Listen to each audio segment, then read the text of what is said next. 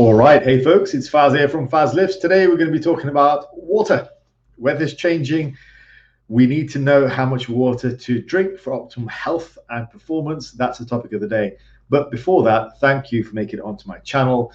If you'd like to discuss today's topic, go ahead and pop it in the comments. And if you'd like to work with me on any of your physique and strength goals, there is a link in the description. So let's crack on. Now, the weather's changing, and as always, that throws up the question, how much water should I be drinking? We start getting more dehydrated, and we want to know to optimize performance. So it's often said that the human body is about 60% water, and that's about right. It's a varying percentages. It's actually the majority of the body is more than that. So the lungs and the muscles and the kidneys are actually up to 80%. But the bones, which are also a little bit watery, are down at 30%. So on average, we're about 60%. The majority of us are more than that, so 70 to 80%. Anyway, so what happens if we get dehydrated, which is the large portion of what we are as human beings? Well, what are we interested in? First of all, forget about health for a second. No, don't do that. But you get a loss of strength and stamina. Okay, that's the first thing that you'll notice. If you're not optimally hydrated as much as you can be, you just won't have it in the gym. And that's a key part of it. A quick tip while we're talking about it, by the way, guys, is before going to the gym, hydrate yourself with water and salt. Tends to make a big difference. So next thing is headaches, suspicious headaches, which come out of nowhere. That can be due to dehydration. Also, a weird thing, which is a bit odd to talk about on this channel, but constipation. Like if you don't have properly hydrated insides, you're going to get constipated. You're not going to be able to poop as well. So a lack of water and electrolyte intake can actually make you backed up.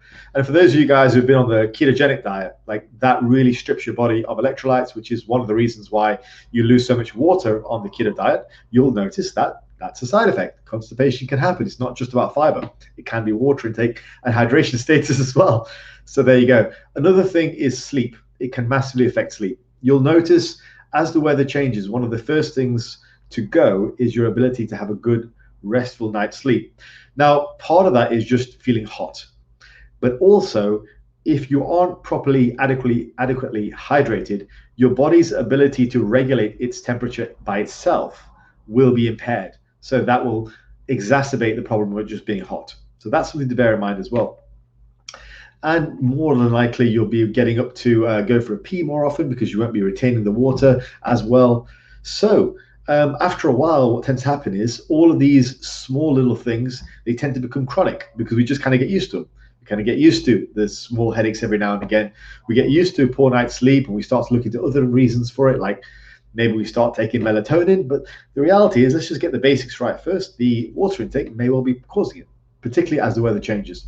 So I want to talk you through what optimum intakes are for the regular person and then for guys and girls like you who are also in hard training. Now, I am going to be quoting some figures and some charts from some studies here, but I've talked to all you people in the comments. You're an intelligent bunch of people, so I don't want to dumb anything down. So let's go ahead and dig into it.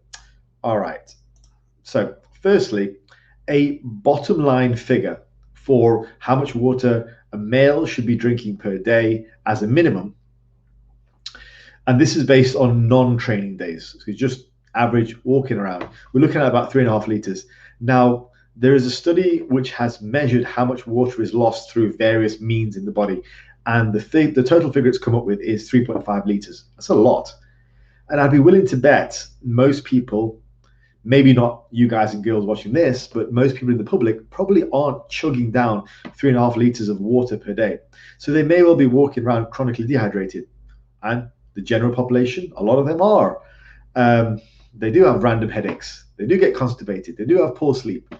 Now, that could be a range of other things, of course. I'm not trying to overblow the importance of water intake, but at the same time, I'm not trying to underplay it either. So it is important. So 3.5 liters per day, and that was through respiratory loss, so breathing, through your wee, through your poo, and through something called insensible loss, which in this case is just sweat sort of more uniformly around your body.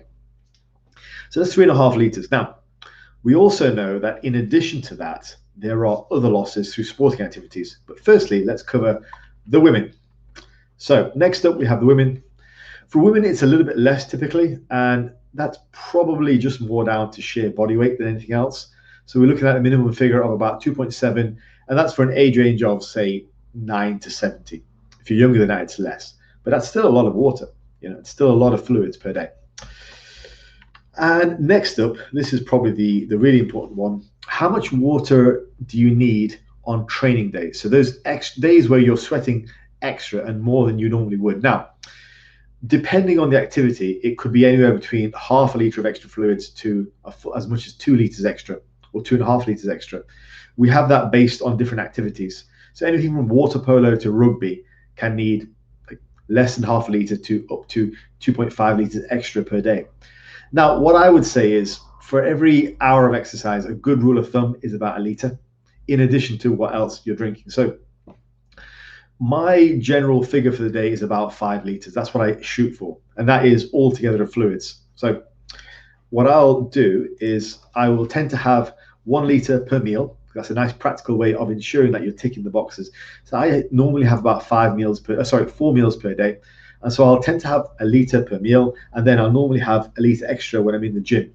So that makes up my 5 litres per day.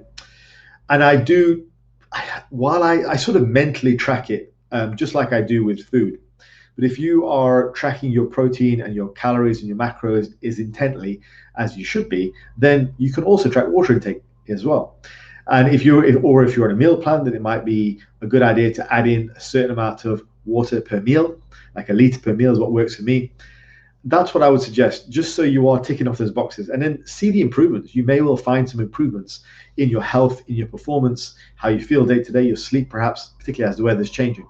See how it feels.